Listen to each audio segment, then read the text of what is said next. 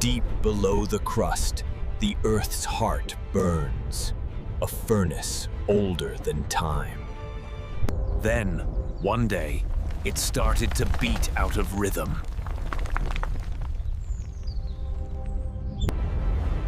The molten iron churned faster, heat building beyond imagination.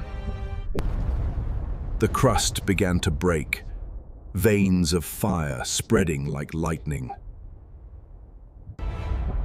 Then came the great shatter, Marth, Earth tearing itself apart from within. The core, the very soul of our planet, broke free. The surface crumbled into itself. Oceans and mountains alike swallowed whole. A burst of energy like 1,000 suns tore the planet apart. What remained were burning fragments tulming, the last breath of a living world. And then, silence.